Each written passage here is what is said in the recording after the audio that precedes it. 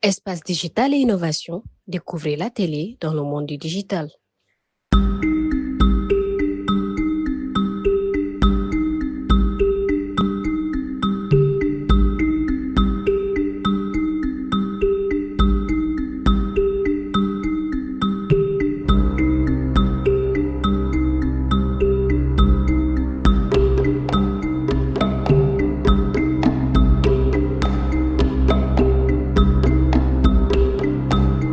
Comme vous le savez tous, les femmes ne sont pas souvent mises au devant de la scène.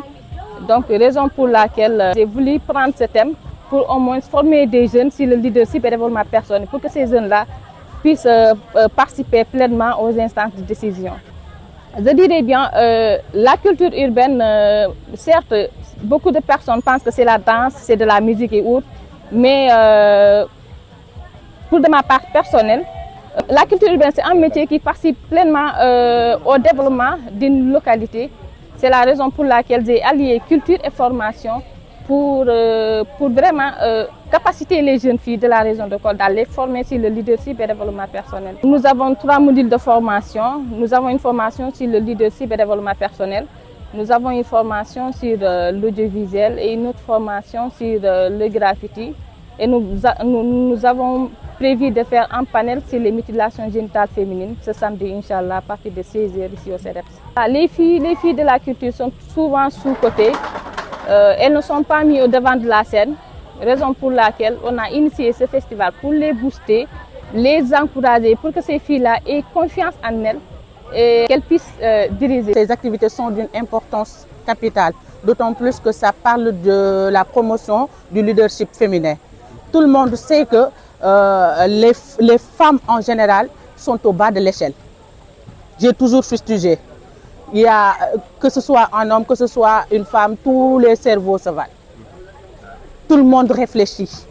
Donc il n'y a pas lieu à ce que les femmes se mettent derrière et les hommes devant. J'ai tout le temps combattu ça et je continuerai à le combattre. Je ne la féliciterai jamais assez parce que comme j'ai dit tantôt, je n'ai pas certes vu le festival naître, mais j'ai vu le festival apprendre à s'asseoir, apprendre à se ramper, apprendre à tituber et apprendre à se tenir debout cette année-ci. Donc j'en sais quelque chose.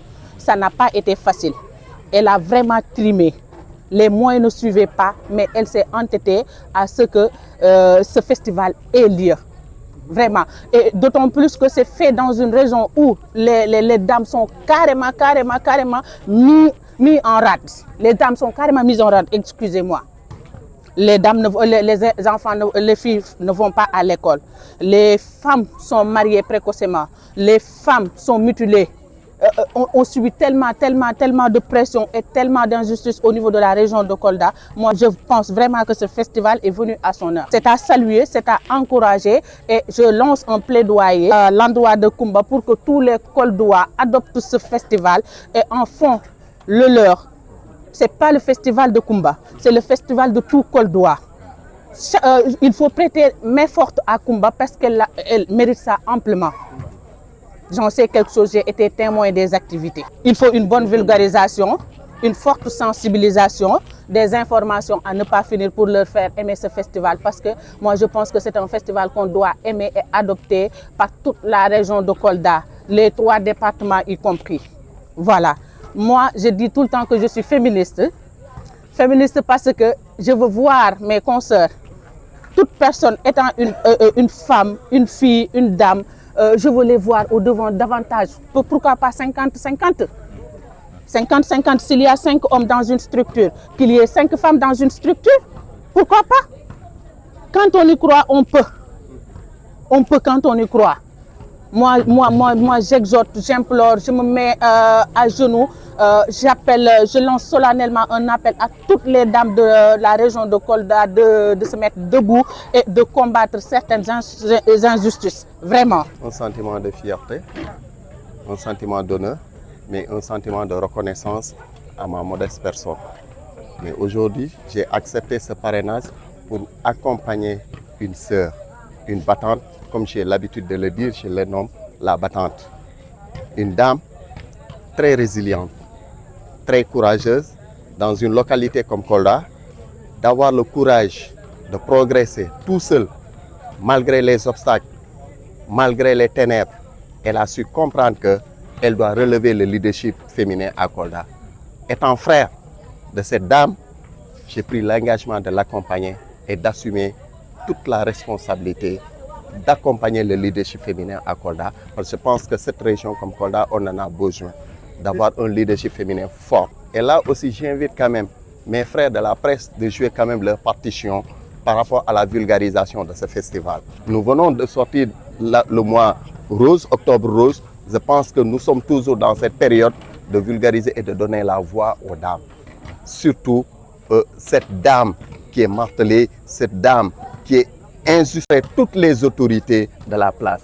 Et je pense que tout un chacun lui a quand même donné son accord d'accompagner cette activité. Pourquoi je vous invite à vulgariser cette information à travers toutes les plateformes, que ce soit les plateformes numériques et autres, que ce n'est pas un festival où on danse, on chante, mais c'est un festival qui contribue au développement de l'être humain. Le capital humain est au centre de ce festival, à travers les sections de formation, à travers l'audiovisuel, à travers des panels sur la mutilation génitale féminine, mais aussi à travers le leadership pour renforcer tout ce qui est leadership au niveau de la région de Kolda. Espace digital et innovation, découvrez la télé dans le monde du digital.